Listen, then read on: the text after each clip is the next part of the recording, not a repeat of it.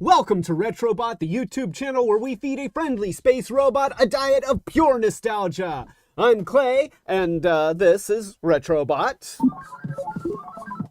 And tonight, we are talking about something that is near and dear to, well, both of our hearts, really. We are talking about Super GoBots. Blammo! Look at that! We got Super GoBots! We got Super GoBots! We got Super GoBots! There's Super GoBots all over the table here! Yeah, this is gonna be a fun one, okay? I just feel it. It's gonna be a fun one. So, before we start talking about Super GoBots, let's do a little show. And, thank you for that. So before we get to the Super GoBots, let's do a little bit of show and tell. So first on our show and tell agenda is Daisy Duck, coming all the way from FAO Schwartz in Italy. Thank you, Dusty Cat. We love you. This is amazing. This is something that Monica had been trying to get a hold of and couldn't get it over here in the States. But thank you, Dusty. She now has Daisy Duck in a very stylish outfit featuring a rose motif and a special feather up hairstyle. Here, let me. I don't want to mix her in with the Super GoBots because shenanigans could happen. So also we have Fennec Shand. I can't say it.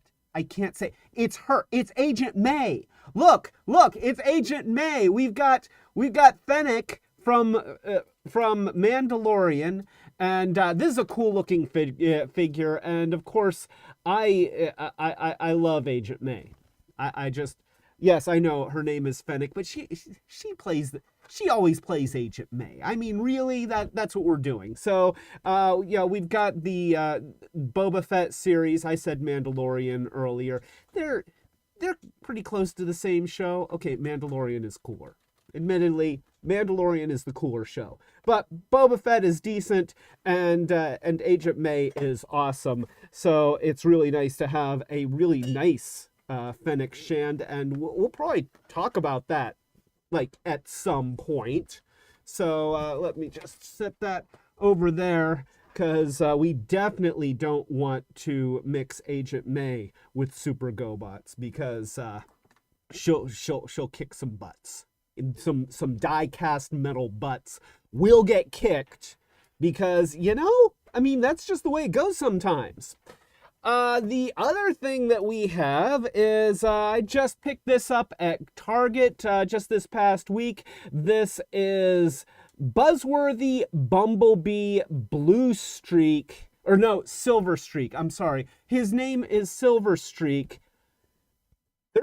There's a video coming up about this, because we're going to talk about this, okay? And that's all I'm going to say. I've got opinions, and you're going to hear them about this figure. So yeah. So let's just set him right over there. And all right. So we've got toast. We got people here. We've got you who have been gracious enough to come and join me, get in the chat, say hi. Retrobot says hi, and so let's do some toasting. And I got a delicious ginger Retrobot soda. I used to have a bottle opener. Maybe this is a twist off. Maybe is it? No, it's not. That hurts. I thought I had a bottle opener. Ah, yes, it's back there. Am I allowed to have it? This whole live stream could get shut down in moments just by Monica holding the Retrobot bottle opener, which, by the way, well, if you want to open it, go right ahead. No, it's not. I told you, it's not a twist off. Come on. You've got robots. Fine, I'll do it myself. Well, admittedly, your arm is an armatron.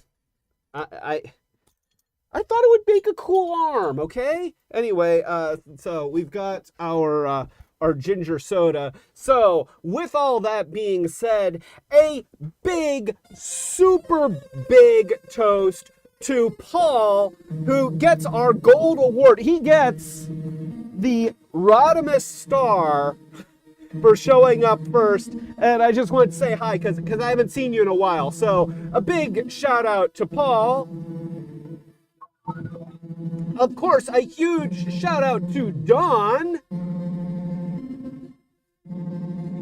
As always, a big shout out to Robus. And the show just wouldn't be a show without Tie Guy. And a big hello to Nathan Fillion and Pam, Connie, Lyric, Cadence, Cinder and Ella. I do individual swigs, but we wouldn't have any soda left. So, you know, it's a group swig.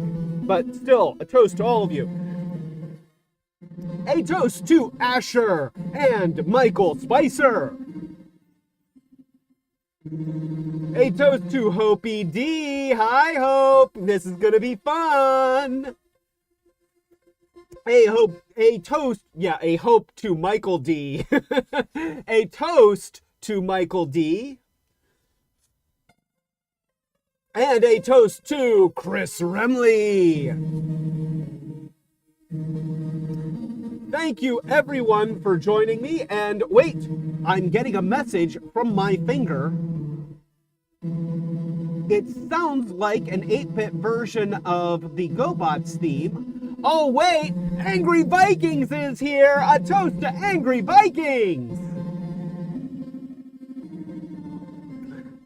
All right, we got the cool crowd tonight. So thank you everybody for joining me. And are we doing, let's see, are we doing the thing? Wait. So Monica was just asking, so it may surprise you to know that it's actually very difficult to find an 8-bit version of the GoBots commercial music, so I created that. That is a Clay Carlino composition or interpretation of the GoBots theme. And are we uploading that? Like, is that going to be something that we have on the channel? Okay, so, is it live now? Oh, it's live. Okay, well, then now you can listen to the GoBots music over and over again in 8-bit fashion. I know. I just want to stop the live stream right now and go listen to that. While playing with GoBots. Thank you. So, now last but certainly not least, we have a birthday, and this is our first birthday in the new studio. So, and it's quite possibly one of the finest birthdays. This is a birthday to Hope. Happy birthday, Hope! Here we got you cake, and we're going to do the thing. By the way, just to let everybody know, and now that I'm announcing this, then it has to happen. So you're not allowed to back out, Hope. We are going to do a special live stream in just a couple weeks where Hope is going to be here in studio on camera, and we are going to do some retro cool stuff with Hope for Hope's birthday. So we're looking forward to it, Hope. And now that everybody knows, you can't back out. So now let's get Hope to. I need to sing. I need to sing. Wait. Okay, I was getting my ukulele. Do you want to play the ukulele? Oh, okay. Well, you know, I thought maybe. All right, so, to Hope. Oh, my ukulele birthday and a bucket of cake. My ukulele birthday. Oh, jeez. Birthday and a bucket of cake. Oh, my ukulele birthday and a bucket of cake. My ukulele birthday and a bucket of cake. I'm so looking forward to Hope coming down. We're going to do Choose Your Own Adventures. And you're going to choose how we adventure. And a bucket of cake. My ukulele birthday and a bucket of cake. So there we go. Hope, we are. Wait, I'm seeing an. Are we having a problem? Robot voice? I am prepared for this.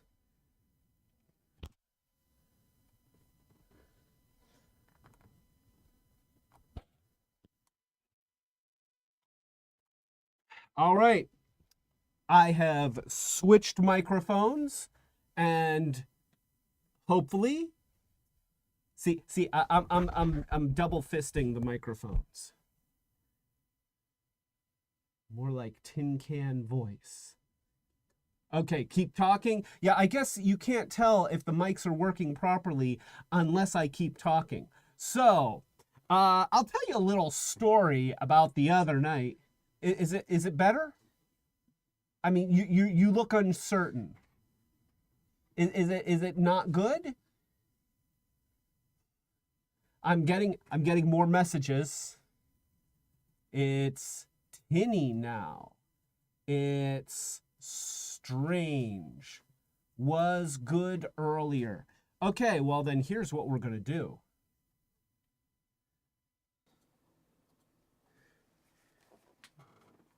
We're going to go back to our normal setting where we're using the mic here and yeah. All right. Ideally at this point, it should be sounding just like every other live stream. Yep. I would be really shocked if it wasn't sounding like every other live stream because at this point I've just reverted the settings. So, all right. So, that was a good 13 minutes of using advanced technology. We'll get there. We will get there. But I guess we're not quite there yet. Nonetheless, Hope,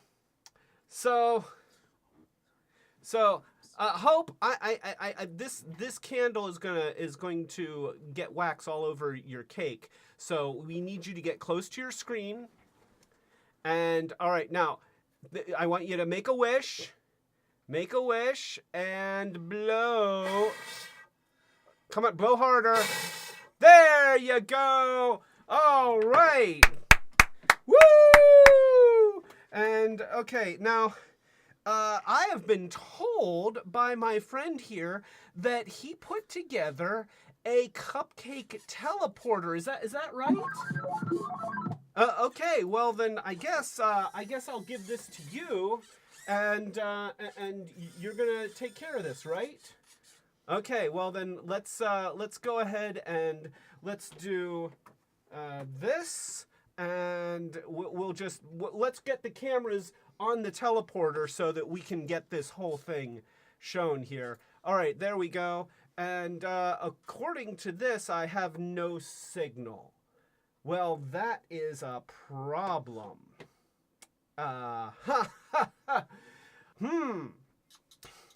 That's not what we want. That's darn it. Yeah, that did not work at all.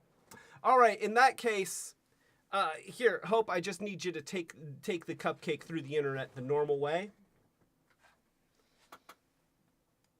There you go. All right, so Hope has her cupcake, and then, yeah, I guess. So, we did have an issue with one of our HDMI splitters earlier, and it looks like that splitter has fungled our TV view.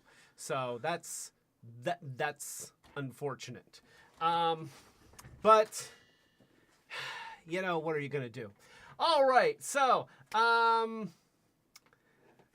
we tried. We will get the teleporter in there.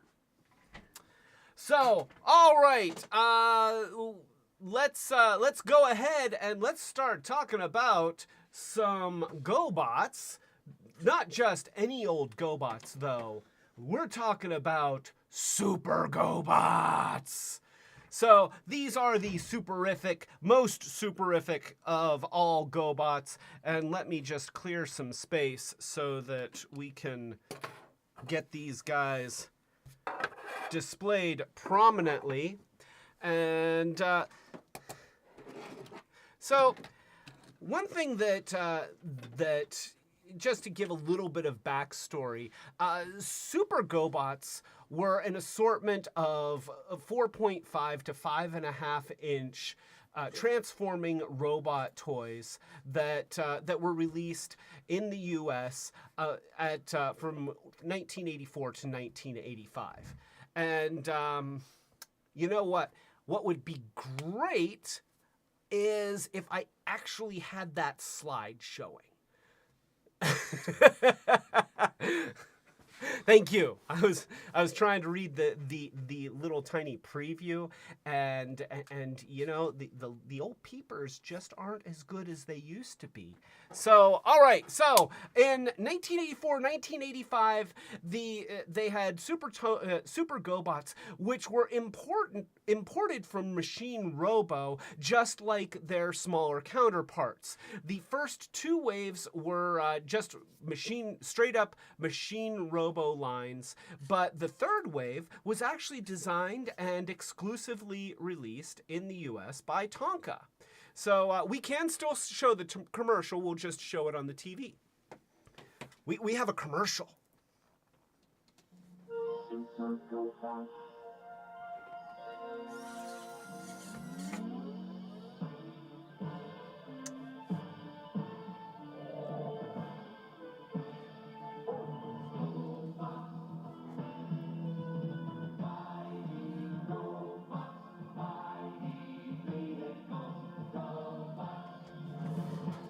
Forget the day your home was invaded by Super GoBots, each shown separately. I know I'll never forget the day that my home was invaded by Super GoBots. I noticed that in this commercial, they didn't insert all the clicks. Like usually in GoBot commercials, they would show a GoBot toy, and every time you moved it, it goes click, click, click, click.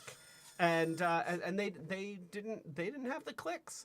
So let's go ahead and take a look at the Wave 1 Super GoBots from 1984, and we've got most of these. So let's first take a look here. We have this guy here, and I'm gonna just move some stuff out of the way and kind of adjust the camera so that it can see the toy, and I'm gonna talk in a sing-song voice. You see, I sort of made that work.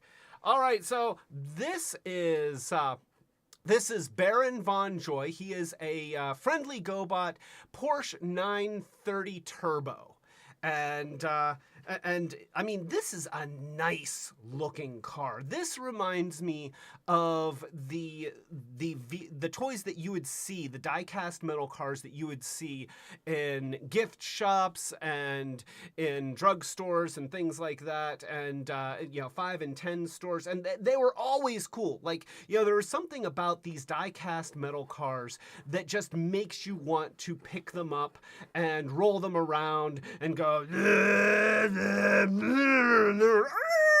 and stuff like that. So obviously you have a really, really nice vehicle mode.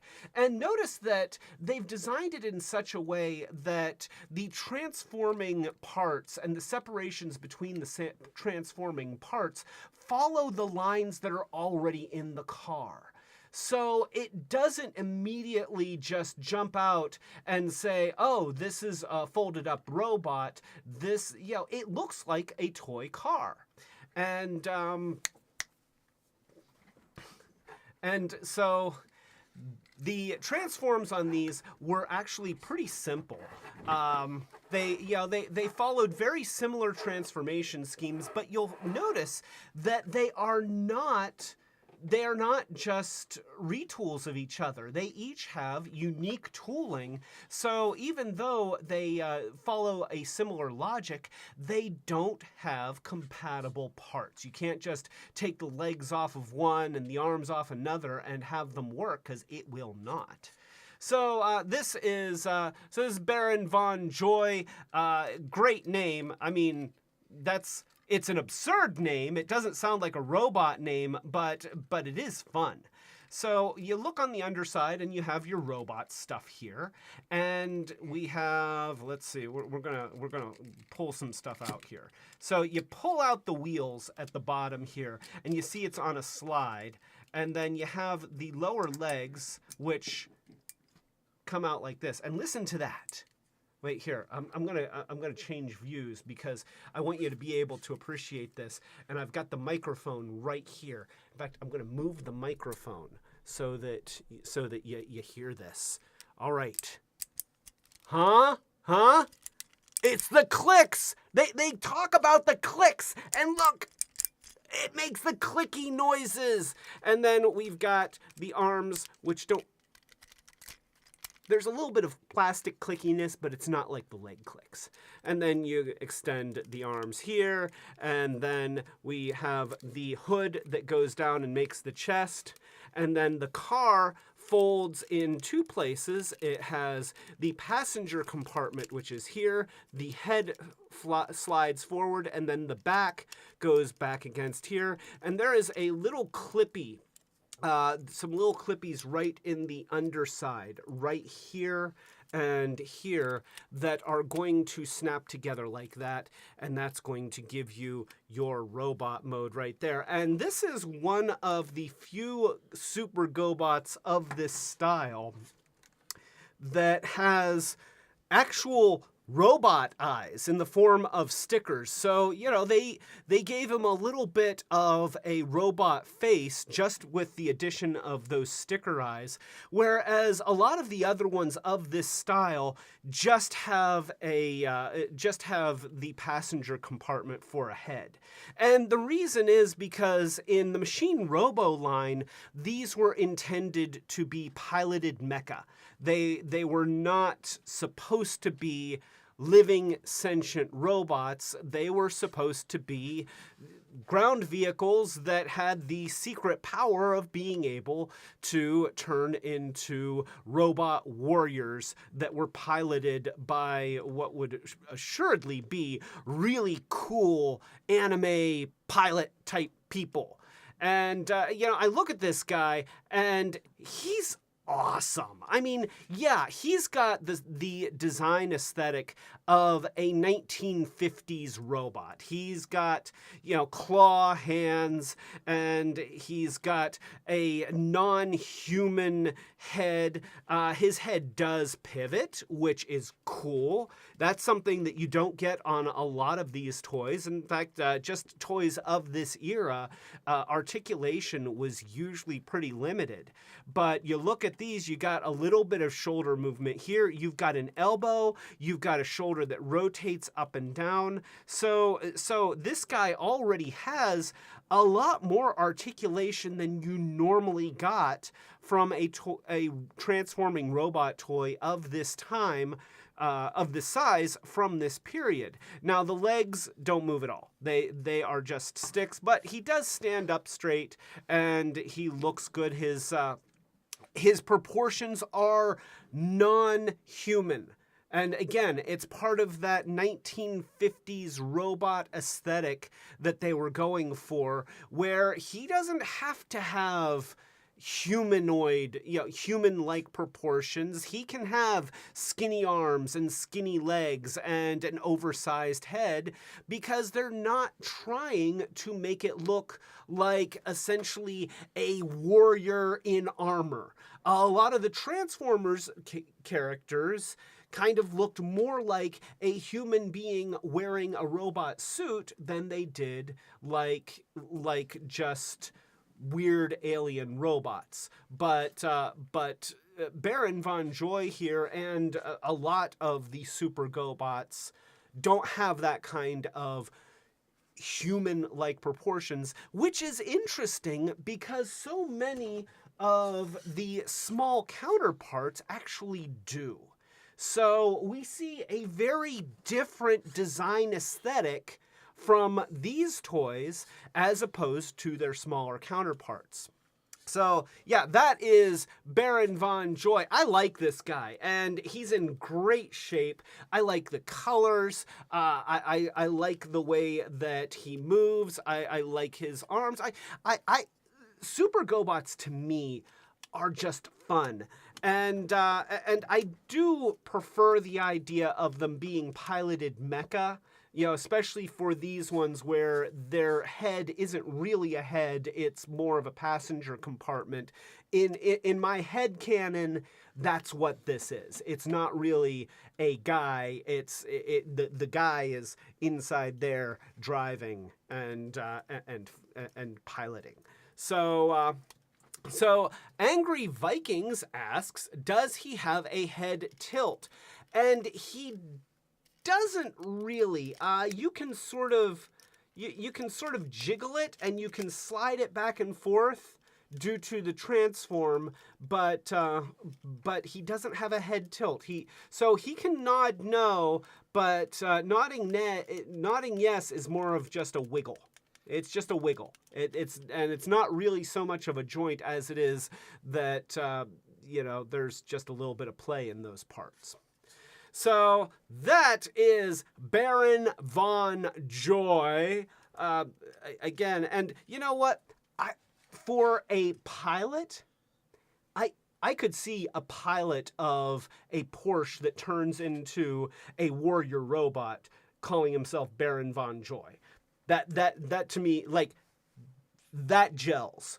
So let's just set him right over here and let's take a look at our other friendly GoBot from this line. Remember, these early ones were designated friendly and enemy. They didn't adopt Renegade and Guardian until a little bit later when they realized that, trademarks are cool. We want trademarks. So let's take a look at Zmon. Zmon is another one of these sports car style Super GoBots. And let me just put them in front of the camera and get things aimed appropriately because we want to see Zmon. Zmon is cool. And that is Zmon. Zmon is a Datsun 280 Fairlady Z.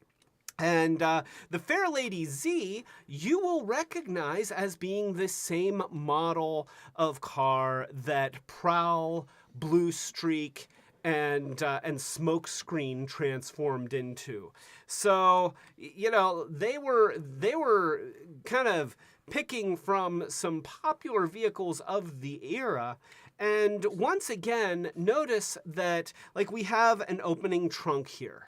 That's cool. That's always cool. Even in the little die-cast cars that you could buy that didn't transform, it's always cool when doors open and windows open and stuff. You have a division here where it looks like the doors would open, but that is there for the transform. It's not actually an opening door, so you can't actually get that to open. But you look at him, and it's just a really, really nice car toy. And because these are made with a lot of die-cast metal, the they're weighty and they're fun to hold. And once again, like I can't pick this thing up without just wanting to go.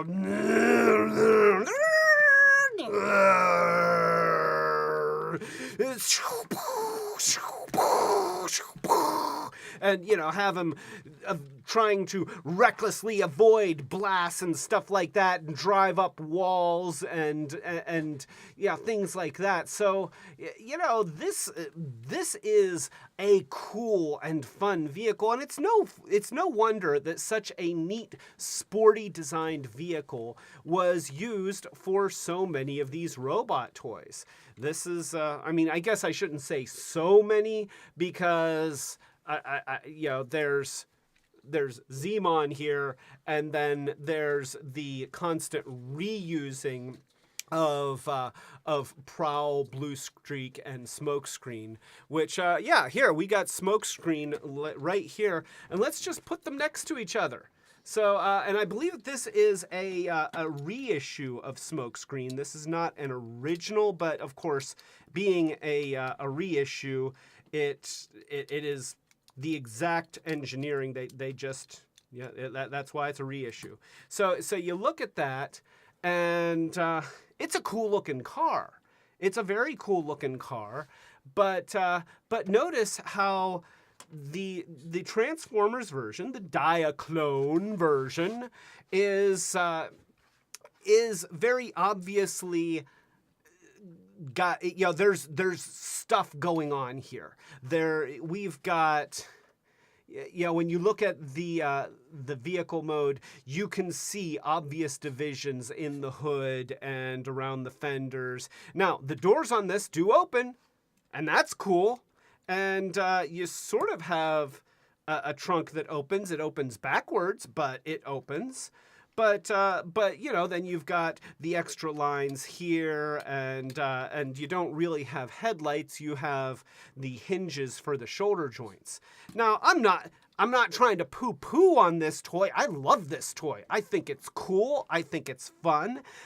It also, because it's got a lot of die-cast metal, it's weighty, and it does make you want to just grab it and do stuff. But we have a much more complicated transformation scheme, which does affect the way that it goes together. You can see that the door has never really met up with the back end quite the way that it's supposed to.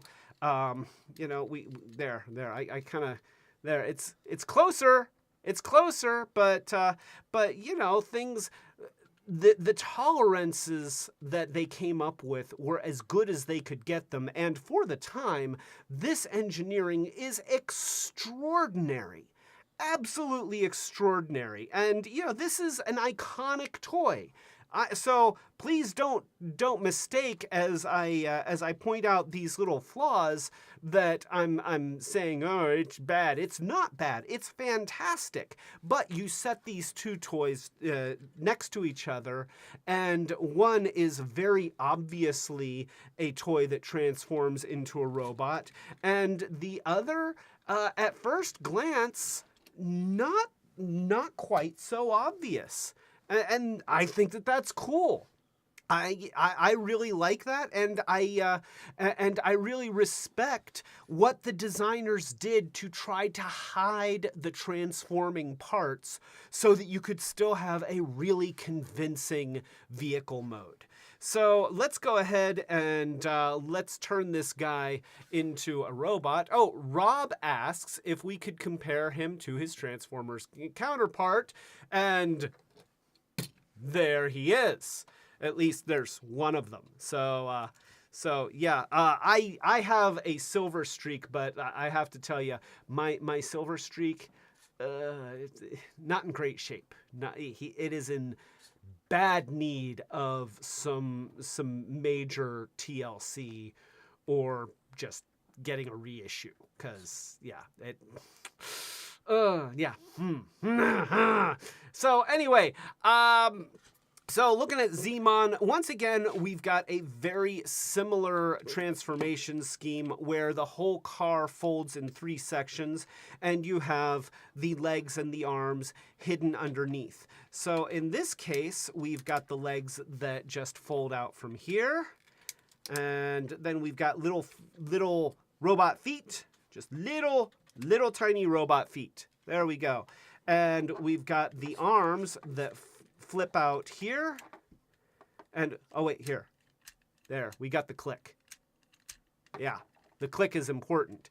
And we've got another arm that folds out there. And then we have the fenders, which are on a swivel. And there's actually just like a little bit of a tension and a nub. So, you know, it's not terribly tight, but it does have a rest point right there. And then we're going to fold the whole thing in half, like that and like that. And see, when you fold the hood down against the front, then the head's going to pop up. And once again, we're going to look for the clippy, okay? So you see right here in his belly, right there is a little clippy, and that is going to clip to the bumper here. So we're just going to line those up and squeeze those together, and that is going to make his body hold together exactly the way that you want it to. And of course, we need to slide the head forward. Now, for whatever reason, they did not choose to have eyeball stickers here. Yeah, I don't know why. So in this one, you don't really have much of a robot face. He's just got a windshield and a little silver, what looks like a Zoid pilot, honestly, that's in the seat there. And again, 1950s style robot.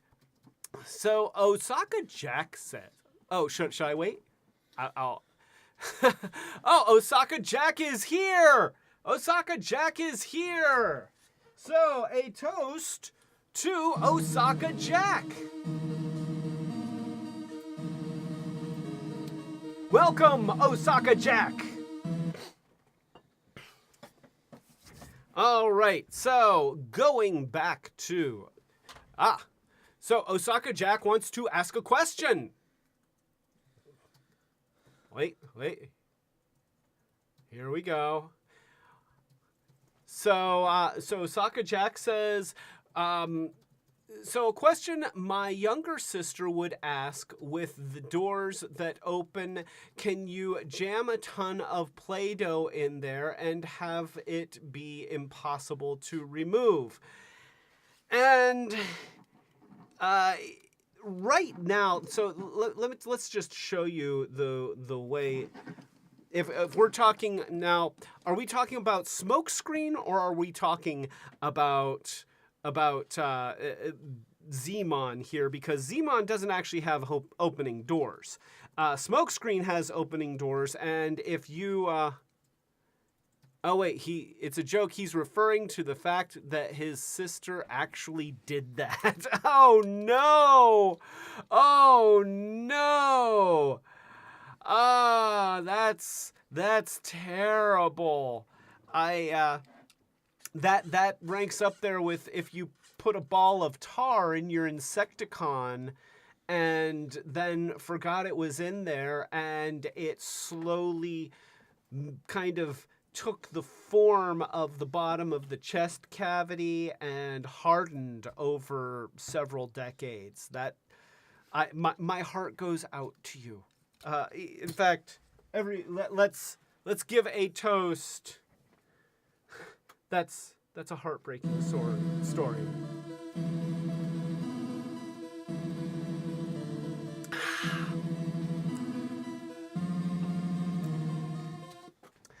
So, Christopher Remley says, I just realized that I had this guy, but didn't recognize him without the Thunderbird logo. It just so happens we have a picture of the sticker sheet that came with Zmon. I'm so glad that you brought that up. So, if you look at pictures of Zmon online, you will see a lot of different variations because they had the Thunderbird logo, and then they also had just fire, flame that you could stick on his chest, or in the case of this one, doesn't have the stickers. So they also had some tail light stickers, and I'm not sure what these were, but yeah, so they gave you sticker sheets, and you got to choose how you wanted to customize your Super GoBot, which is kind of an interesting concept.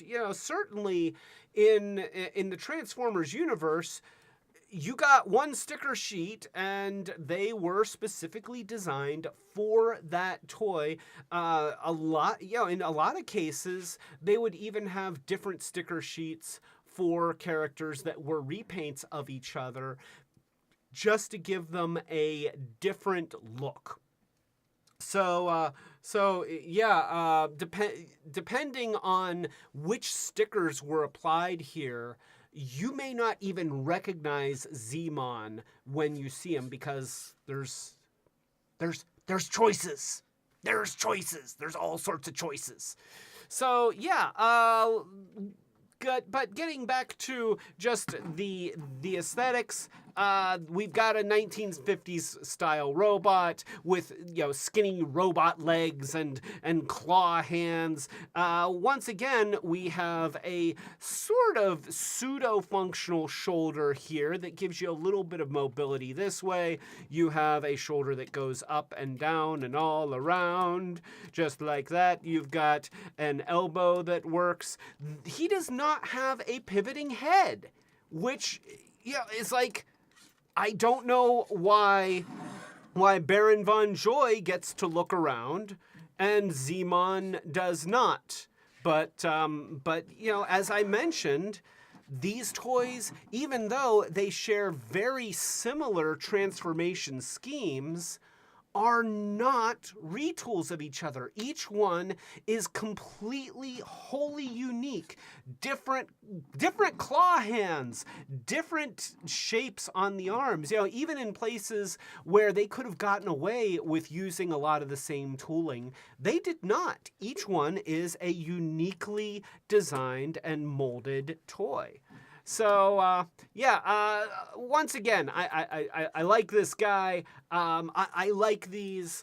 I think that they're fun, and I think that there's room in the world for some robots that don't look like action heroes. And that's what these represent. They represent a different interpretation of robots that, you can say that when Transformers came to America, then suddenly all of the retro-designed robots became obsolete. But I disagree. Just making sure that I disagree. I think that retro-designed robots are cool. You and me, pal. Yeah. So, yeah. Thumbs up for retro robots. Ugh.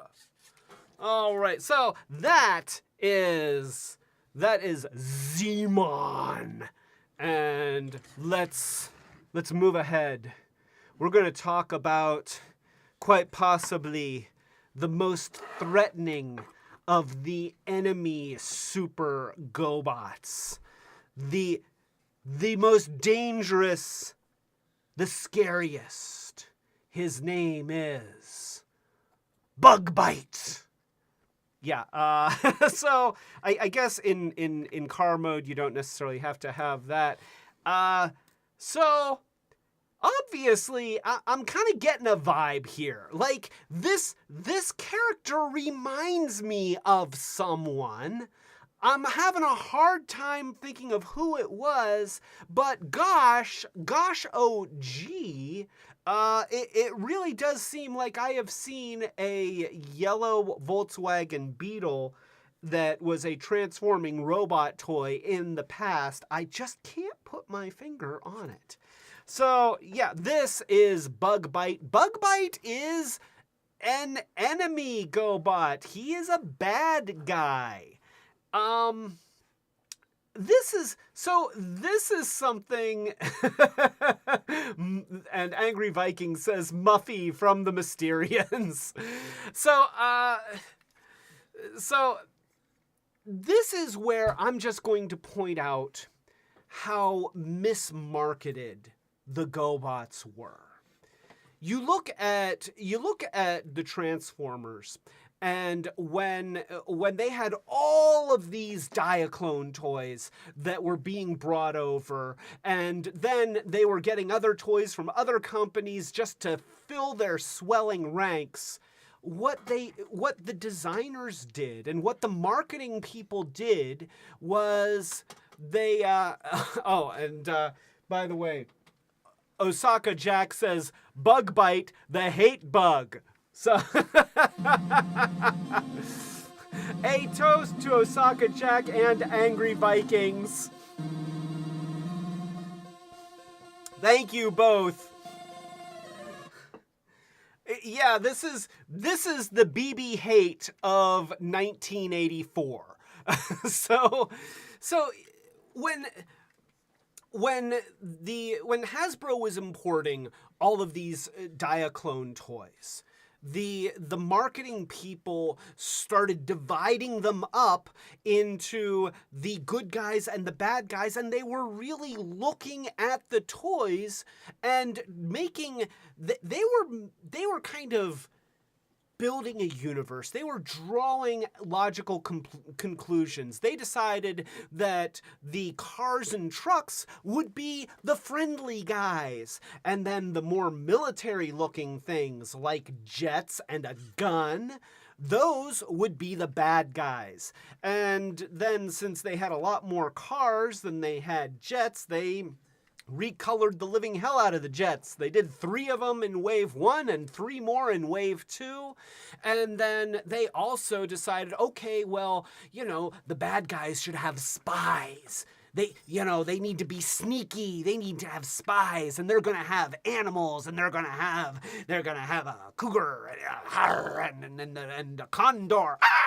And they're gonna have a couple little robots that are punks and are loudmouths, and they make earthquakes, and so they were really thinking about not just saying, okay, some of these are good guys, some of these are bad guys, but they were looking at what they were and letting the toy kind of write the story. Nobody looks at a Volkswagen Beetle and says, ooh, that's a bad guy. It's the friendliest car design in the history of car designs. The front bumper is meant to look like a smile over some big, wide, happy eyes. This is the Hello Kitty of transforming robot toys. So the idea that they decided that Bug Bite should be bad? I also question why. I mean, I guess Bumblebee came out in 1984. This came out in 1984. They were probably basing it off of popular colors of the vehicles of that time. But, if they were, and see, here's the thing, 1984, GoBots have already been out since 1983. Now, I don't think that it was like a full year, but GoBots were already on the market. This was 1984 after GoBots were already established, and at that time, they were big. That's what people forget. GoBots were huge. Transformers overtook them, but GoBots started out being huge, so maybe they didn't care about that little plastic yellow Volkswagen that was in that other line. I mean, look at that toy. It's pudgy looking. It doesn't even have realistic proportions. The transform on it is, and it's all, it's pretty much all plastic, whereas, their little toys of the same scale are more realistic looking and have better proportions. Why would they even worry about that other toy? And I guess that's it. So we have Bug Bite here, the evilest of evil yellow Volkswagens, and you can see that he's sporting some of those stickers that would have been included. This is actually the first one that I saw that had like the side sticker and this Volkswagen sticker, which doesn't fit at all. There, like it's on top of all these ribs and it's on wrinkly, but that is, I guess, where it goes. It doesn't look like it belongs, but I mean, it's not a bad sticker, but it's weird that they would just decide to put the Volkswagen logo right there where it's never going to be able to lie flat. So let's go ahead and turn this guy in. And once again, you will notice a very familiar transformation scheme. We've got the feet, which pull out from the bottom. And notice, once again, this is a really convincing car where you don't see a lot of the lines where, they're hiding the transformation lines along the natural panels of the vehicle. So you have the fenders that come down and they just seamlessly meet up there. We flip out the feet. We do that. We're going to raise the camera so that you can see the rest of this. We're going to, once again, bring the arms out from the front. The arms were pretty much always the same. Yeah, they would fold out from the underside of the hood. They had a bending elbow, and they had some kind of little claw hands.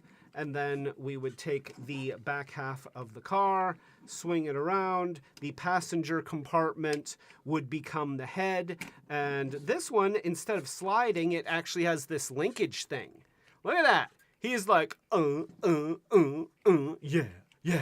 I'm feeling the beat. Boom, boom, boom, boom, boom, boom, boom. So, that is his transform in a nutshell. Now, it already clicked. Whatever, so there's some kind of a hooky thing. I didn't show it to you, but you can figure it out. That's him. Once again, this is, as long as you're not expecting a human proportions robot. If you are okay with the idea of a more retro looking robot design, then this is cool. This is a perfectly good and acceptable robot design. He stands well. He's got arms that move. He's got elbows that move. He's got, he can kind of groove with the beat. Let's get that GoBot music going.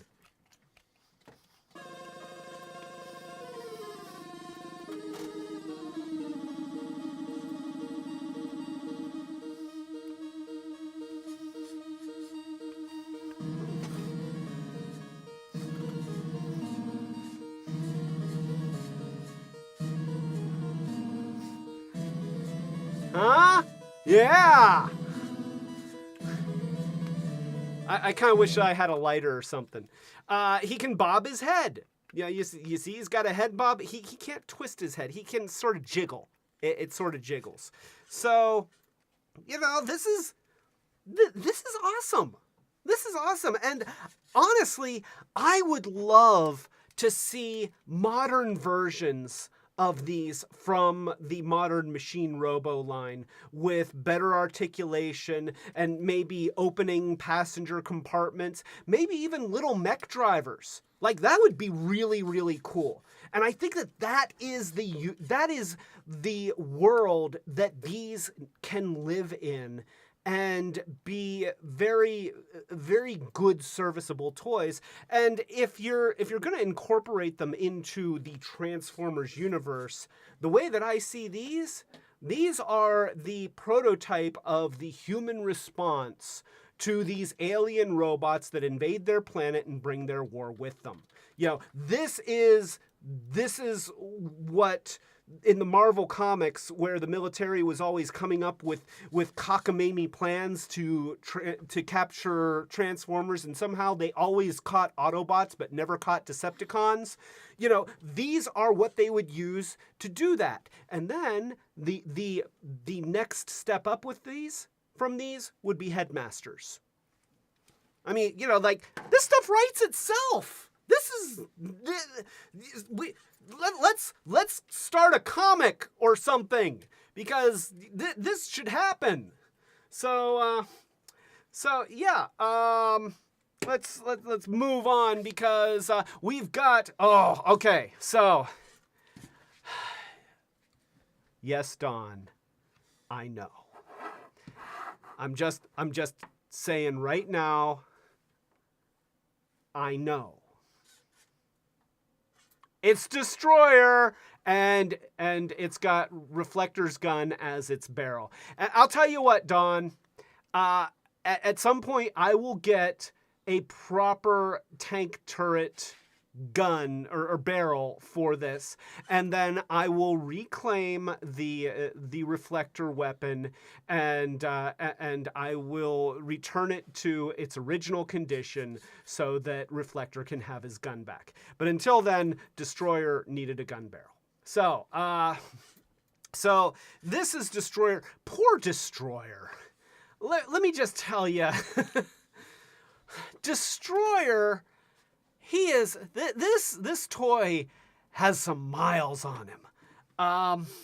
When I got it, I got it on auction, didn't I? You know, it's an eBay auction, and it was cheap. Like, what, we got him for like $5 or something. Yeah, it was something cheap.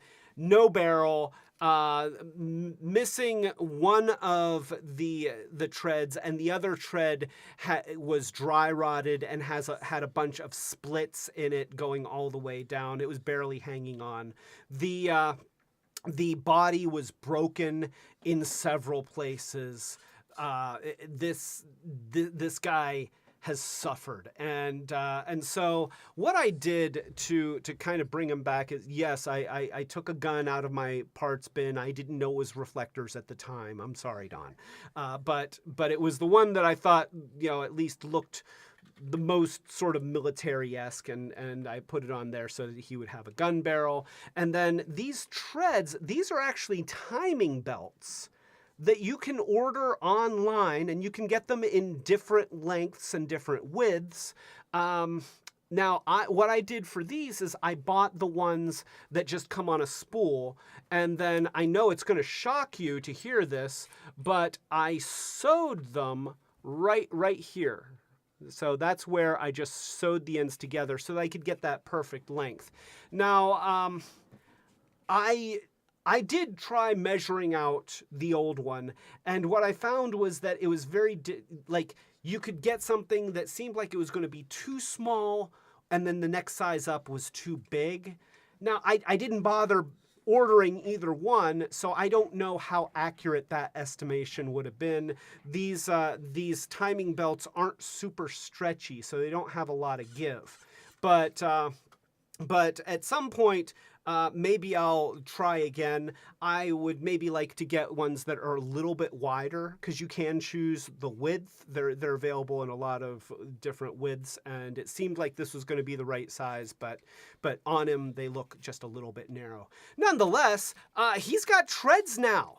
Yeah, he's got treads, and for the most part they function, not very well on a really smooth table, but like when I run it along my couch, then he rolls. So he's got a really good tank mode, and this one would probably have a better tank mode if it hadn't have been glued together so many times in so many places. But even like this, it's still a really, really nice looking vehicle. So let's go ahead and put poor Destroyer in front of the camera so that you can really appreciate what he's got to offer. Again, the priority with these toys was a serviceable and cool looking sci-fi robot that certainly compared to Jetfire or Optimus Prime, it's like, okay, you know what, never mind. But in 1983, these robots were awesome. In fact, for decades up to the point, like, you look at if you were to go look at a movie, a sci-fi movie from the 50s, 60s, or 70s, or even the early 80s, a robot that looked like that would be like, oh my gosh, that's so cool. So yeah, let's not hate on the robot modes, and a really, really realistic, convincing looking vehicle mode that doesn't show a lot of the sins that happen from a transformation. Now, Destroyer is really cool. He's got a really unique transform, and I'm hoping that the glue that I put on him holds. So the two halves of the robot just come up like this. And then he's got a panel in the back. He is very different from his car counterparts in that that he transforms very differently. We have the arms that come around here, out of the back. And, oh, can I get it? Can I get it? That one's a little bit tighter. There we go. And then we close that door, and look at how nicely that fits. I mean, that is a very precise mold in there. And then, of course, we have the bend at the elbow and the claw hands. And what we have here is a Battleoid mode. I mean, look at that, and this is cool. Like, imagine that there's a tank that comes into your neighborhood and starts blowing stuff up, and then the military shows up to fight the tank, and then it turns into this and just continues like blowing the crap out of everybody. And it's got a little bit of elevation in the turret here, and the turret pivots around, and it even pivots up and down because of the way that it's jointed. And these shoulders, these are really functional shoulders. He can actually move his arms around in different directions. Of course, he's got elbows. So this is a very, very playable toy. And I'm telling you, this is actually my favorite mode for him.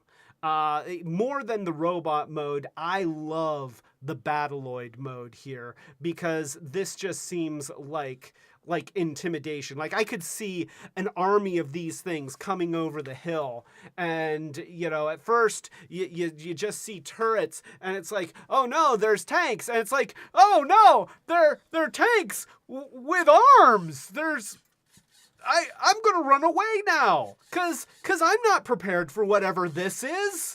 So that's really cool. Now, to get him the rest of the way to his robot mode, you slide the treads forward, and they make clicky noises, and then we pivot the legs down, and then he just has like little lever feet. Little lever feet.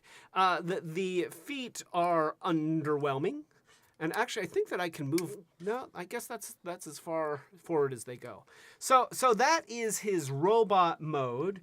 And let me put him in front of the other camera here so that you can see his robot-y goodness. There he is. There he is.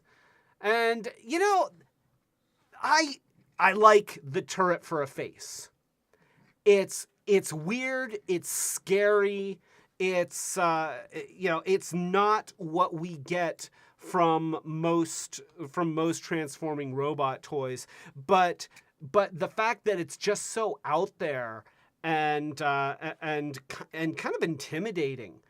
Like, that to me is really cool. And you look around, I mean, there's no hollowness in the back. Everything seals up nicely. There is some hollowness in the back of the arms.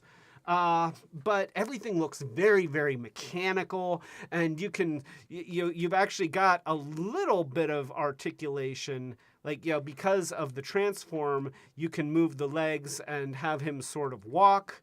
But honestly, when you play with this guy, you want to use the Battleoid mode. Well, you know, it's nice that he can stand up every now and then, but I feel like he's actually more threatening when he's riding on his treads, but he can also reach out and grab people. And that to me is very, very cool. So that is Destroyer. He is a Leopard 2A4 tank, and he's kind of awesome. So yeah, love Destroyer. I kind of wish that he didn't keep breaking in places. He's had a hard life. Be nice to him. He's had a hard life. So, moving onward, we have another enemy GoBot from the first wave of Super GoBots, and this is a weird one. Okay, I'll just let you know it's a weird one.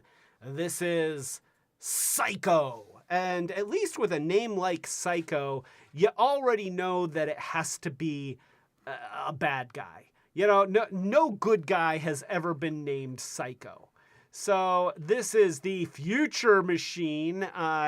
It is supposedly supposed to be a concept car, but this design was actually a car from an anime. It was based off of the Psychoroid vehicle from Space Cobra. And we have a video clip here, so let's go ahead and show the video clip.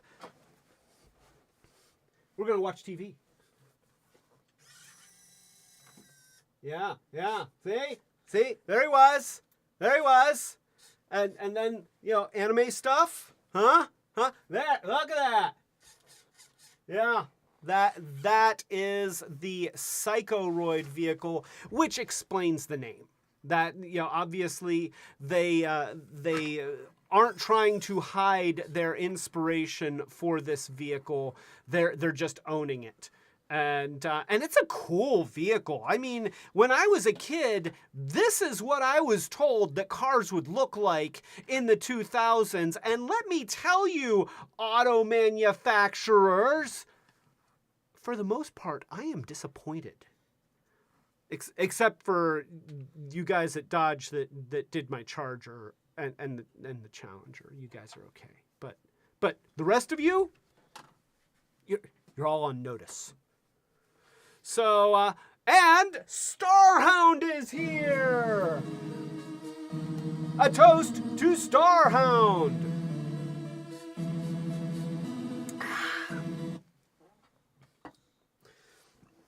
All right, so looking at Psycho, of course, this is another one of those sports car type designs that folds into 3 sections and has legs in the back and arms in the front. But once again, this is a different kind of look and a different configuration than we've gotten with our others. So you have the feet, which come out here.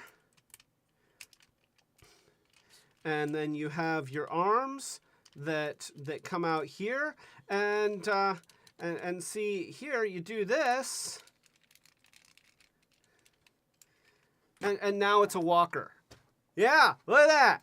See, Psycho's like one of those robot dogs from Black Mirror, and that hunts you down and has a gun for a face or whatever it was. So, yeah, that's nightmare fuel. But no, let's go ahead and transform it the rest of the way. Listen to those clicks. I mean, that is clickiness. Huh? That's the good stuff right there. See, with these, I don't have to go because they already make. Yeah. So, all right, we're going to do the rest. We're going to fold this down, and of course, we've got the head, which comes up right here, and then it clicks in, and then we drop the arms down, and we fold out. This one, he has the claws that fold out.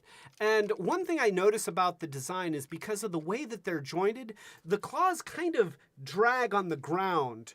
There, you know, I could probably try and tighten that up just a little bit, but so that they would stay put.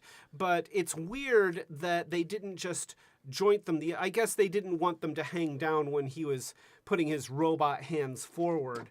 But nonetheless, let's go ahead and show Psycho in front of the other camera so that you can fully appreciate what this robot has to offer in his robotiness. And, you know, this guy, honestly, I feel like he should be saying, "Danger, Will Robinson. Danger, danger." I mean, that's what he looks like. He's got a lot of points of articulation. Because of the transform and the way that his arms work and the gap here, his shoulders actually move out a lot. Of course, he's got this little wrist bend. He doesn't have an elbow though. He's a little bit different than his other counterparts, that he doesn't have an elbow. His head kind of jiggles. It doesn't really turn or anything. And there's this piece here which seems like it should slide or do something, but to my knowledge, it doesn't really do anything. It's just there. I think that's just play from the way that it's attached. And of course, he's got legs that can go back and forth a bit. He's got knee joints. He's got a toe that pivots. So this is a very, very well articulated toy for 1984. And he's got the benefit of being a sci-fi vehicle, which is really cool. I mean, let's face it, he's a cool looking guy. He's got the translucent blue around here. It seems like this should open. And I know, because I have another one where this is missing, that it can be taken off. But the question is, do you really want to? Because, it might be one of those things where, you can take it off, but you'll probably end up snapping something in the process, and then it doesn't want to stay back on. So, this one, notice it has a silver-looking guy and a red guy. I'm suspicious that this has been taken off in the past and somebody inserted a little red Zoid driver, because I mean it's hard for me to imagine that he was actually intended to have two pilots, one silver and one red. Maybe, but I don't think that's standard equipment. So he's got a cool sticker on the chest here where you can see controls and robot-y stuff, and he's got fins. You see he's got fins, and he's got Future Machine written on him in several places, just in case you didn't know that he's from the future, like the probably 2005. This is probably what cars were supposed to look like in 2005. Screw you, 2005. You were such a disappointment. Honestly, right? Yeah. So yeah, that is Psycho, and he is another bad guy, an enemy. Oh, look at that. Okay, well, it does have a red guy in there. All right. Who knew? All right, well, in that case, he has a silver and a red guy. They live there. They're pals. They ride together. All right, so onward and upward. So let's move on. We're moving on to wave 2. No, wave 1? Oh, okay. Because there is one more part of wave 1 that we just don't have. Not yet. And it's this guy right here. Hair Fiend. And Hair Fiend is a Porsche 928S, and it's in black. And I imagine that it looks very similar. Well, it's actually a different model of Porsche than Baron von Joy, but nonetheless, yeah, pretty much the same kind of robot that we've already seen, and I guarantee that as soon as I see one of these, if it's at a reasonable price, then I will scoop him up. So. Now are we moving on?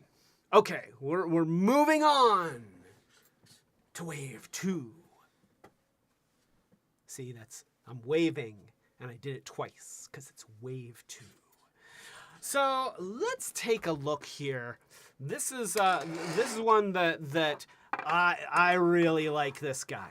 I really like this guy, and it's a cool toy. And we're going to show them because that's what we do here. We've got Spacey. So Spacey turns into a space shuttle, and this is a cool looking space shuttle. And let me tell you, it's got a lot of weight to it. It's a really neat design, and once again, excellent looking vehicle mode.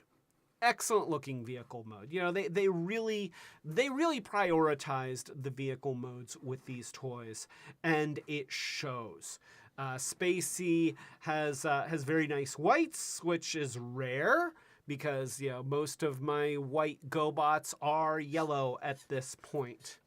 But yeah, very cool looking space shuttle. They've got the arms are where the cargo doors are, so you kind of want to be able to open them up, but they really don't. You can sort of do this. You can kind of dislodge them and do that, and then make it look like it's got its doors open, and that's actually pretty cool. But it's not quite. Again, GoBots very rarely had like opening doors and trunks and stuff like that, but because they did put their robot parts where the door panels were and where the different seams were, sometimes you could get away with making it seem like it had stuff. I think I'm going to turn down the brightness just a little bit, the exposure, because it seems like Spacey's getting washed out here. But yeah, this is a space shuttle orbiter. It's got landing gear, so it's got like little metal wheels here, and they actually fold up. And it's got a metal wheel here that does not go anywhere; it just stays there. But that's still pretty cool. And then you've got thrusters back here, and the whole thing, it really does look pretty good all the way around. Now there are some obvious robot joints here that you didn't see as much with some of the cars. It's still a really nice vehicle mode. So let's go ahead and turn Spacey into a robot, because Spacey turns into a robot. So we're going to start by pulling the thrusters back, and so the tail splits, and you can do that. That's fine. I mean, if you leave it like that, it doesn't really change much. It's on the back, it's back kibble. So I guess it keeps it from sticking out a little bit, but it already sticks out an awful lot. So we got that. We've got the wings here, and listen to those clicks. Okay, once again, we've got clicks. Yeah, and by the way, speaking of we've got clicks, Savage Shark is here. I don't know what that has to do with clicks. It doesn't really relate at all, but I'm gonna stand by it. Welcome, Savage Shark.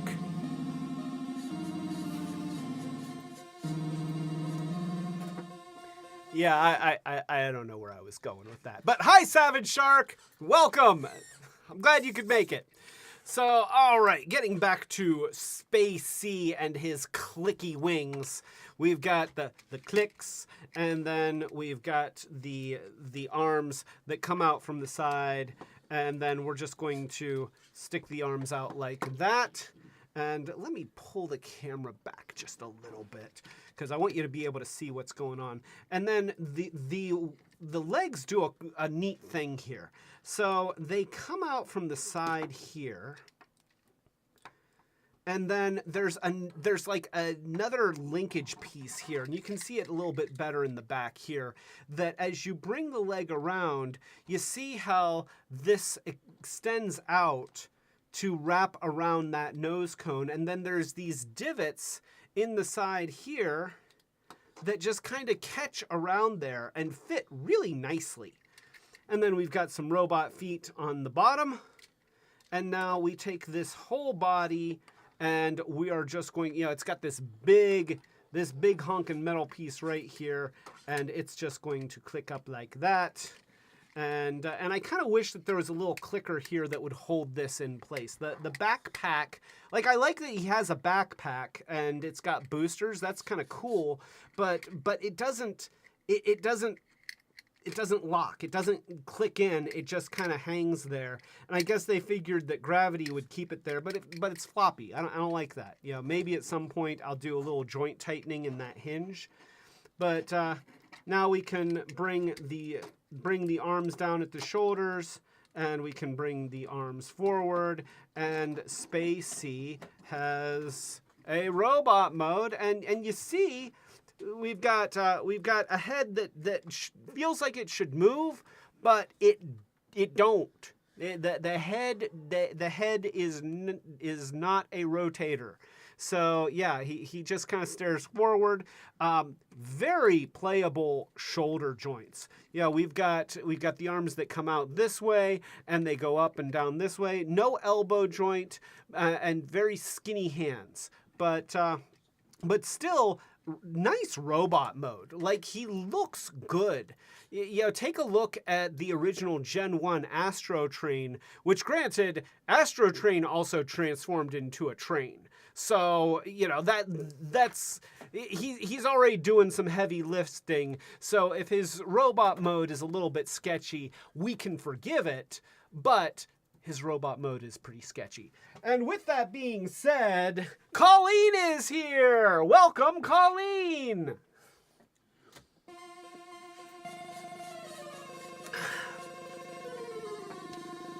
And so Starhound says, this looks very Energon Jetfire to me. And yeah, he really does. I feel like there was a lot of spacey influence in the design of Energon Jetfire. And that's probably something that we're going to talk about more when we get into the Energon series, which is actually something that we're planning to do pretty soon here. So, spoilers! There's Unicron Trilogy stuff in the works. So yeah. Now, Spacey is unique in that he was one of the first Super GoBots to be connected to a smaller existing GoBot. So, we have... Oh, wait, I'm getting a message from my finger. Yes. Uh-huh. Uh-huh. Uh-huh. Oh, really? That's quite interesting. Yeah, well, no. I called my mom earlier today. Well, I'm sorry. Oh, Spacey is a lady. Okay, so Spacey is a lady. Yeah, so Spacey is a girlbot, which, by the way, that's something that GoBots had right out of the gate. They never balked at making some of their characters female. Crasher was a main part of the cast from the very beginning, and she was the brawler. Like, she was the scary one. Copter was just a thug. Nobody, I mean, it was a scary when he would start trying to chop people up, but like Crasher was crazy and cackling, and when the GoBots were in trouble, it was usually because Crasher was there. So yeah, Spacey is one of the female cast members, and we have the small version of Spacey, which turns into a space shuttle. So we have my, and the yellowing is very, very unpredictable. Like this just happened. I have no idea why, but yeah, so like 1/3 of Spacey is yellow. I need to. I'm gonna need to do some retro brighting, but nonetheless, we have Spacey with kind of a unique transform where you pull the legs down. You have this tail that goes up into the back, and then the nose cone spins around, but the head stays where it is. See how that works? That's kind of interesting. And then if you need to grab onto the arms, you can actually pivot the nose cone sideways to be able to grab the shoulder. So here is Spacey. And notice that Spacey does not really look like Spacey. They're both black and white space shuttles, and that's really where the similarities end. But I guess the people at Tonka decided, well, it's a space shuttle. Sure, yeah, we'll just make this one, give this one the same name and say that it's the same thing, even though they were actually intended as two completely different characters. Savage Shark would like to know if you have any way to unyellow toys. So, all right, this is something that I've researched a lot and I have experimented with, and I haven't had a lot of success yet. If you watch the retro recipes with Perry Fractic, he spent a lot of time talking about retrobrighting computer keyboards and computer keys, because so many of those 80s computers were some kind of light beige color, and then they turned dark yellow and brown over the years.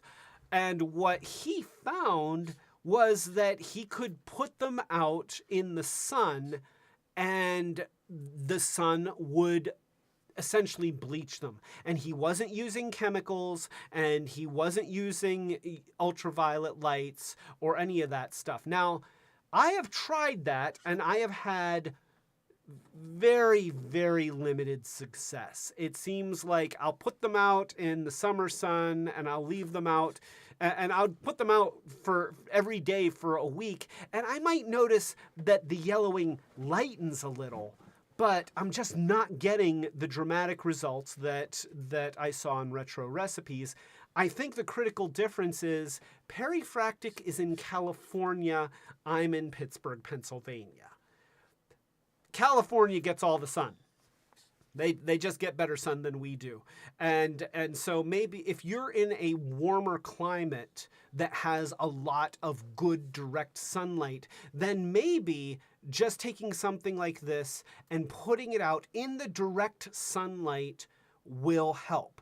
Now, since I have not had success with that, the next thing that I'm going to try is something that I've seen from the 8-bit guy, who also restores a lot of old computers and stuff, that what he will do is he will buy peroxide, creamed peroxide. You get it at a beauty salon.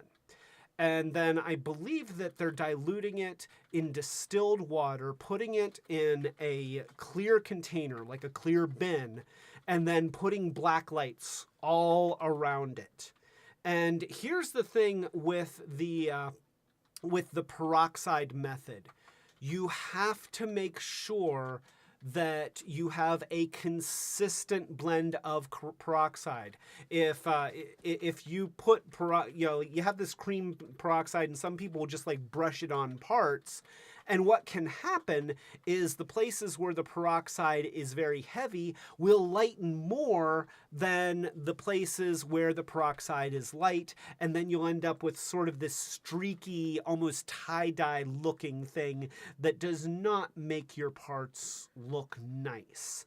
So if you're going to use the cream peroxide, just be mindful that that can happen.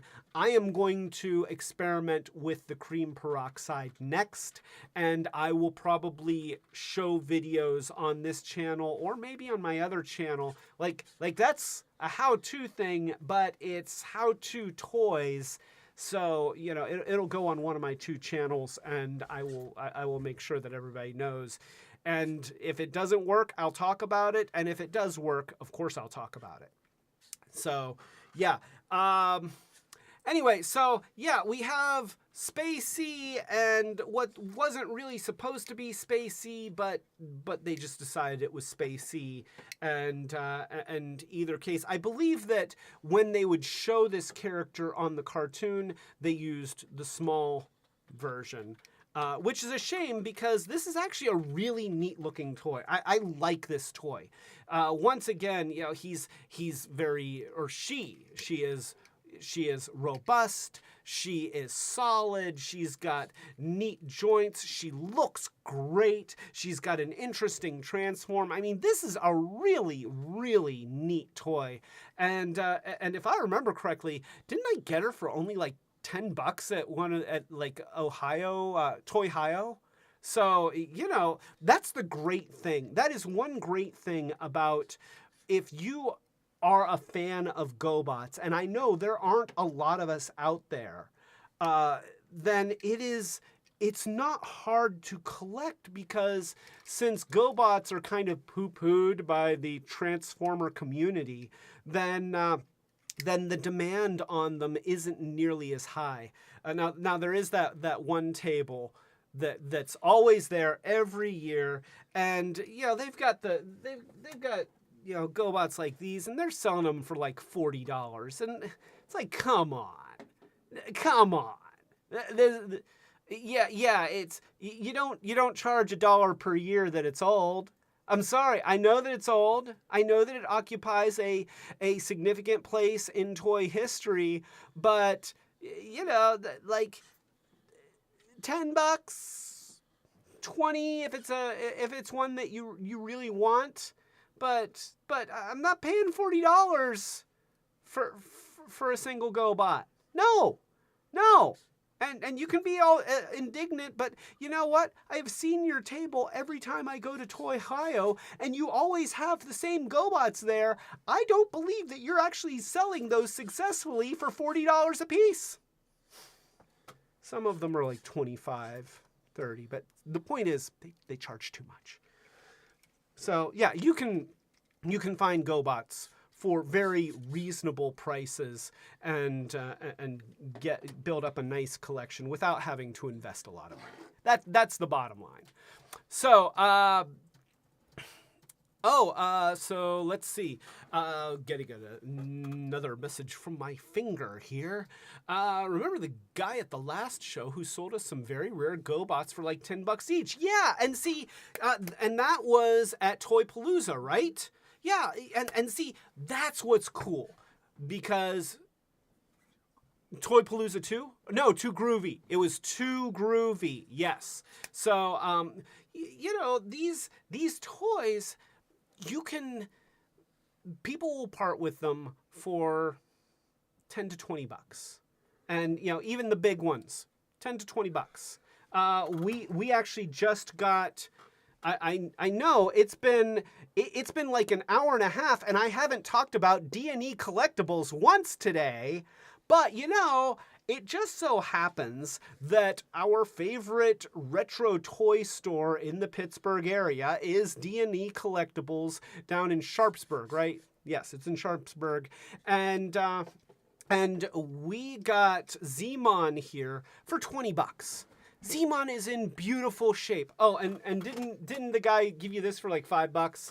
So yeah, and a TIE fighter, huh, TIE guy? Yeah, we got a TIE fighter for $5. It's got some yellowing. You know, it's got some yellowing. We'll see if we can maybe retro bright this too. We'll see. And if not, you know, this was on Tatooine. That's all. It's just sand deco. So yeah, they sold us this for $5. They're great. They're awesome there. And Zmon here is in beautiful shape. There's a little bit of sticker residue on the door here and a little bit of worn plastic on the side, but for the most part the paint is nice, the chrome is beautiful, his joints are nice. $20. That's it. $20. That's a good price for a 39-year-old toy. So, yeah, so moving on. I know I kind of segued here, but okay, we got a special one to talk about. You hear that sound? What could that be? I don't know. Could it be Stax with his trailer? Yeah, look at that. This is Super GoBot Stax. Stax is one of my favorite Super GoBots. I love this toy. And now this one, when you find this toy, you will almost always see him without his smokestacks, which is a shame because he's named after the smokestacks that are most likely missing. Mine was missing. However, at Walmart, they just happen to have these Optimus Prime non-transforming trucks for about $5. They're very nice. Now, they got a lot of chrome on them. They look like Gen 1 Optimus Prime, have a lot of cool truck parts on them, and they had smokestacks in the back. In fact, they had like smokestacks with other canisters and stuff. I mean, there's a whole thing going on back here. So I just included that whole thing and stuck that on stacked. And I believe that these are intended to be removable. I just glued them on. I have no reason to want to remove them and have them get lost again. He looks good with stacks. You know, stacks looks good with stacks. And I love that he's got these things now. I don't even know what those are. Dawn, maybe you could tell me what those are. You know trucks, and so you know maybe that's like part of the air brakes. I don't know what that is. But anyway, so yeah, this is Stax. There's a couple different versions of Stax. There's this one, and then there's a variant that has blue back here. Other than that, they're the same toy. And of course, there was the main version, which is just the truck. But then you could also get it with this car-carrying trailer. And this car-carrying trailer is branded for GoBots. You can see because it says GoBots, and it says GoBots, and then it says Mighty Robots, Mighty Vehicles, GoBots. You see what I did there? Because the song goes, GoBots, GoBots, anyway. So, right, you know. But GoBots, mighty, my robots, mighty vehicles, GoBots. So there we go. I apologize. That was unnecessary. I really shouldn't have done that. Let's just take that part off of the internet. It doesn't need to be there. So, all right, going back to Stax here. So, Yeah, I was very lucky in that at the last Toy Palooza, I found a booth where they had this trailer and they did not have the stacks that went with it, so I was able to buy the trailer separately and complete my stacks. Don says a kind of catalytic converter for pollution standards in California. Ah, okay. So, Don, a toast to Don for pointing out what those things are. Catalytic converter. Awesome. Thank you. See, I knew Don would be able to answer that. All right, so getting back to Stax and his trailer. So I'm really glad to have the trailer. It's something that's just neat, but I've got opinions on the trailer. First of all, this trailer don't turn into nothing. It's just a trailer. It kind of looks like it might just be a trailer for another toy truck of the same scale that they stuck a sticker on the side that said GoBots. It would not surprise me the way that Tonka marketed, and of course Tonka certainly has plenty of toys in their lineup of trucks and trailers and stuff like that. Now I noticed that it does have the exact same wheels as Stax, so yeah, so there is consistency there, but it is not a transforming toy. Here's the other thing that is a little bit weird about Stax. Let's just take let's take Zmon here, and we will very quickly turn Zmon into a vehicle. And he makes clicky noises. Clicky noises are important. And we'll fold those in and fold those in and blam. Okay, Zmon is now a sporty red whatever this was. And Fairlady Z. And notice that this trailer for this truck is not to scale with the car. And now, obviously,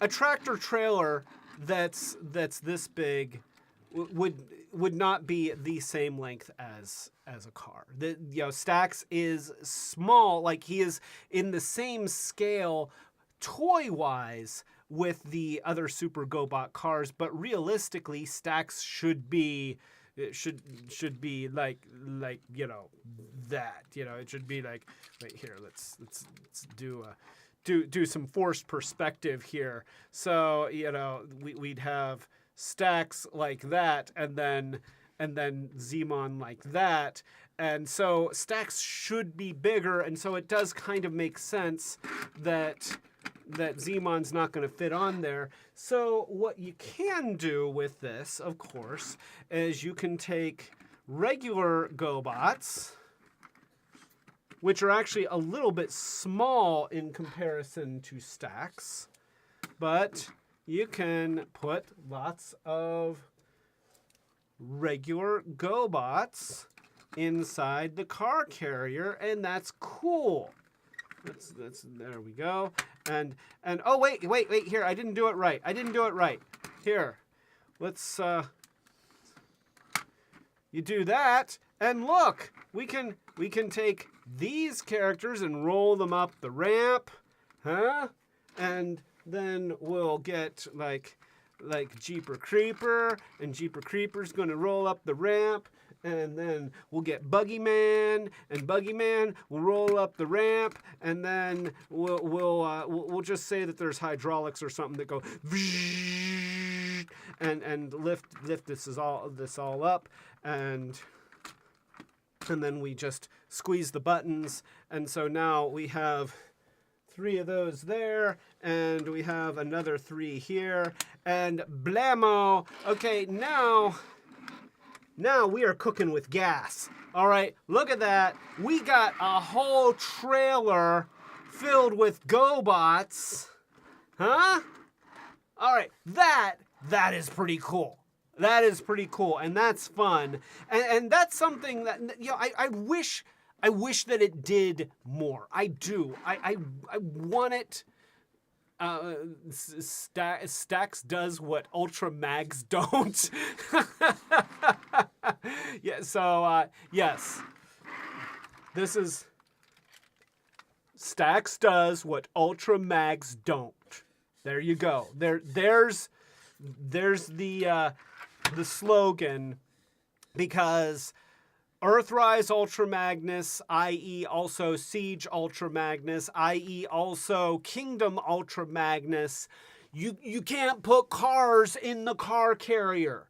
They have all the robot junk inside the area where the cars go. I mean, come on, Hasbro, throw a guy a bone. Give me an Ultra Magnus that has that the thing turns into body armor, and I don't care if it parts forms. It's armor. It's allowed to parts form. That's fine, but we want cool armor. A truck cab that turns into a white Optimus Prime-y looking robot. Okay, we're okay with that. And then it turns into a car carrier that actually carries cars.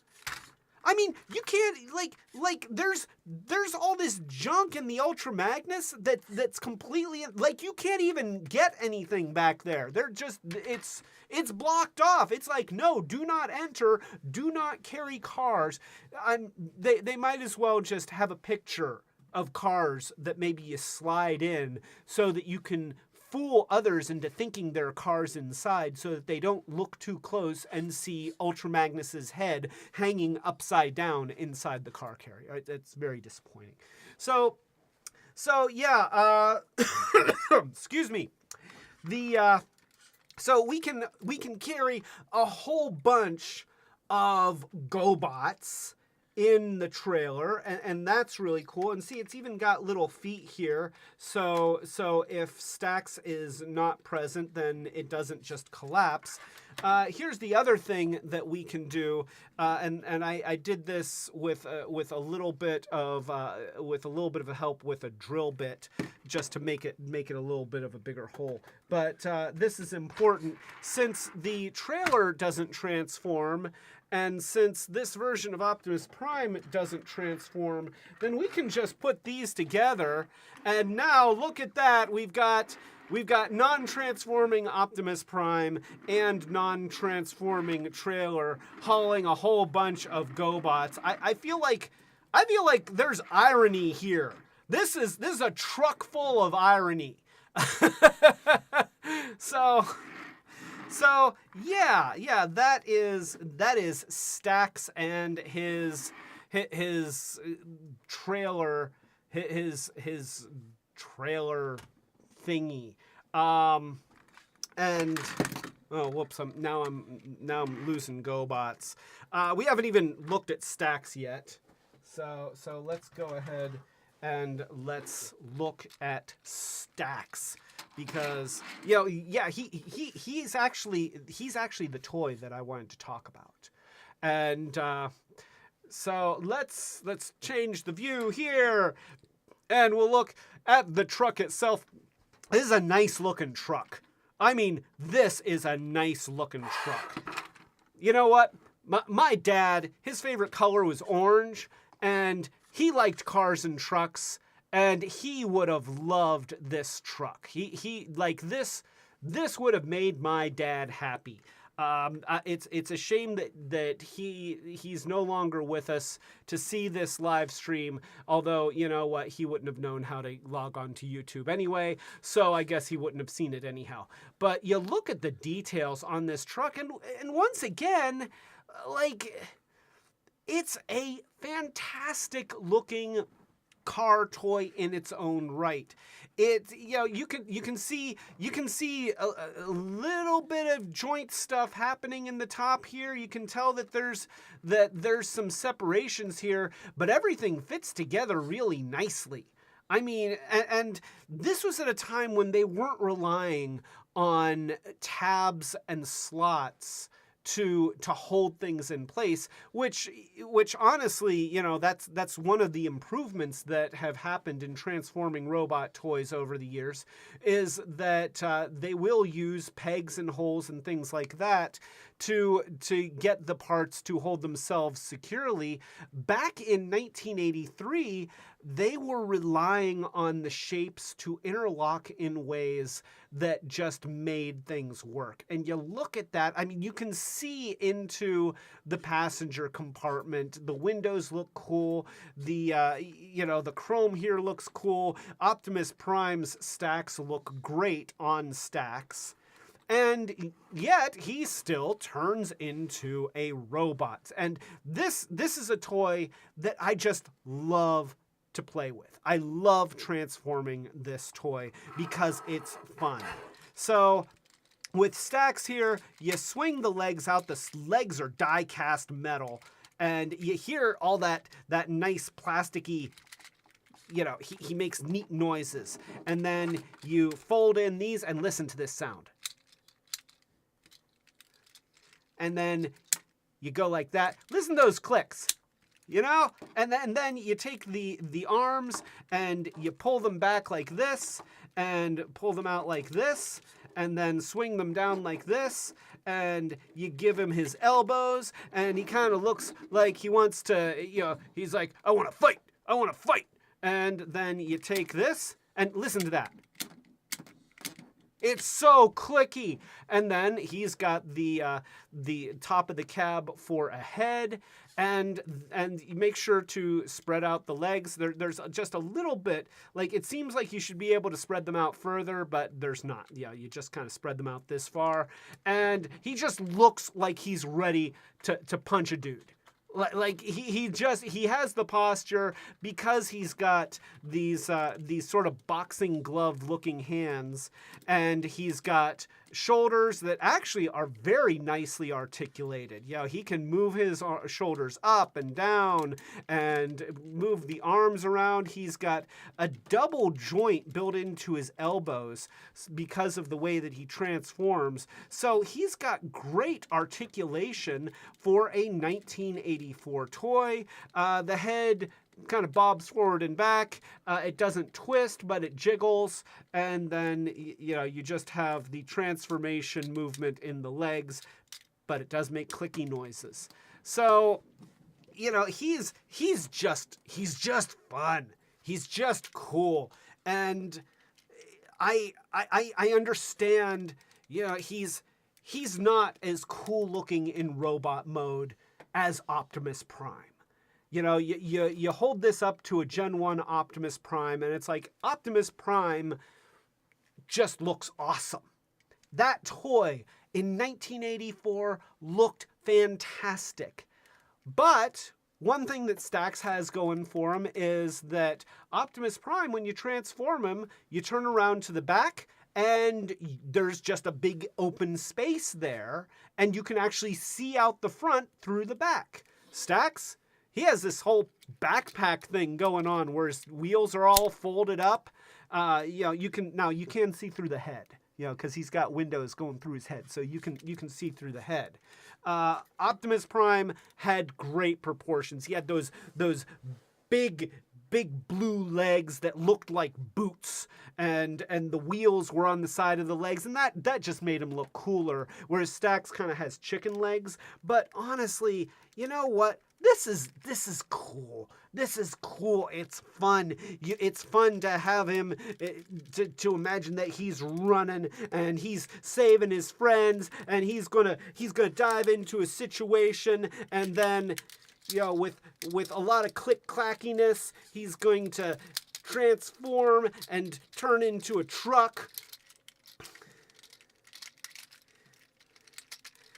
And then he's going to land, and he's going to start plowing through enemies, and he's going to see Bug Bite there, and Bug Bite's going to be like, and you can just hear the truck horn. You know, you can hear that air horn when you imagine this truck just barreling towards you and going, and then he's transforming again, and he's like, okay, now I'm running, and Yeah, you can do that if you want because, you kind of have to sometimes. And turning back into a robot, and now he's running again. He's going to punch people with his big blocky fists, and he's going to punch Bugbite again. And Bugbite's going to be like, it's my windshield, you jerk. And so Stax is cool. He's cool. And he doesn't have to be Optimus Prime to be cool. He's got his own cool. And honestly, isn't that what we all search for in life? Like, the people that try to be cool by being like somebody else never live up to their hopes. It's the people who find their own brand of cool and just own themselves and say, this is me, take me or leave me, but this is who I am. And that's what Stax represents. He says, that's right, I'm not Optimus Prime. I'm not Ultra Magnus. I'm Stax. And I'm pretty badass because I'm Stax. And that is what makes Stax cool. Mic drop. No, don't drop the mic. It's expensive. So there's more stuff to talk about, but it is already getting to be 10 o'clock and I'm losing my voice. So we're gonna save the rest of the Super GoBots for a future episode. We're gonna do a part 2, but it's not gonna be next week. We're gonna stretch it out. There's lots of GoBots to talk about, and as I know that I'm not really saying anything you don't know. I love GoBots. I think that the thing that hurt GoBots most was the terrible, terrible show. But even the terrible, terrible show did have a few redeeming qualities. And for a toy line that for at least a couple years was dominating the toy aisles. And for the toy line that kind of ushered in the robot invasion that would kind of reshape my young life. It was after GoBots hit the scene, then I never went back to cars and trucks that were just cars and trucks. Okay, if it didn't transform, it's like, not interested. There's a lesson there, Transformers Red. So yeah, we're gonna do part 2, and that's gonna be fun. And then there could be a part 3 because there's still Super GoBots that we don't have, which we will try to correct. But in the meantime, we are a small channel We are a small channel trying to get bigger. If you have not subscribed, then please consider subscribing to the channel. And if you subscribe, click that notification bell, because that will let you know when we're doing these live streams, which we typically do every Friday night at 8 p.m. Eastern United States time. Also, it will let you know when we're doing our short circuits videos, which we typically do throughout the week. We release them as we have them, and we still have more in the can. Ever since we got the new studio, it's made producing videos so much easier. It really has made a big difference. And one of these days, we're gonna figure out the audio and get this equipment to work reliably. It's gonna happen. Oh yeah. It will happen. So, also, if you are in a position to help the channel grow, consider joining our Patreon. We have lots of different tiers with different rewards, buttons, stickers, exclusive content. What? No, I know you don't have any money. It's all right. Listen. You don't have to feel bad. Nobody has to feel bad if they're not part of our Patreon, because just being here makes you special and makes us really appreciate you. Because honestly, the show is for everyone, and we will always generate free content for everybody to enjoy. The extra stuff is just our way of saying thank you to the people that are helping us out, because we need all the help we can get. So, with that being said, it's your favorite part, pal. What? No, you're gonna love this. Okay, here we go. No, come on, just, there you go. There. Oh, come on. Stop fighting me. Yes, you look great. Huh? All right. So yeah, just look over there. Look over there. So, yeah, so with that being said, let's give a big thank you from Unicron to our patrons. Thank you to our ultimate retro heroes, Fetchbeer, Robus, Matt White, Starhound, Setsune Wave, Dawn, Hope.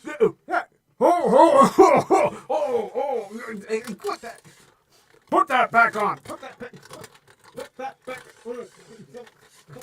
Come on. Stop. No. There. Just keep it on. Keep it on. Dawn, Hope D, and Michael D. Thank you. Now just knock that off. So,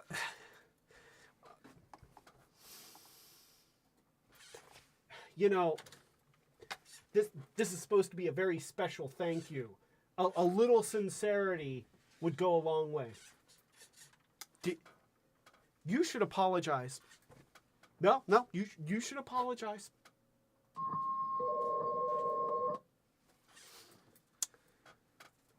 I'm not sure I like your tone. See, I don't think I like his tone. Cause he just makes beepy noises and sounds like old fax machines and stuff. Oh gosh, we have fun. All right, so yeah, Super GoBots, they're super. That's it. And we're gonna have more Super GoBots at the next part too. But next week we're gonna be deviating away from Super GoBots, and we're gonna be taking a look at the first in a long-running series that we've been wanting to do for a while. We are delving into the years of the Unicron trilogy, and we're starting out with Transformers Armada. This is gonna be good. So, with all that being... hiccups. With all that being said, a toast to everyone who graciously came by tonight and dealt with some of our technical issues. Thank you! And a toast to Paul. I hope that you enjoyed it. Thank you, Don. Thank you to Robus. Big thanks to Ty Guy. A big thank you to Nathan, Connie, Lyric, Cadence, Cinder, and Ella Fillion. A thank you to Asher and Michael Spicer. Stop kicking my chair. A big thank you to Mike and Hope D. A big thank you to Christopher Remley. Thank you to Angry Vikings. Thank you to Osaka Jack. Thank you to Starhound. Thank you to Savage Shark. Thank you to Colleen. Thank you, Retrobot. And the biggest thank you to Monica, who has been fighting with these technical things all night long. And thank you for your patience. I love you. So, with all those thanks in place, this is Clay telling you to keep it Retrobot!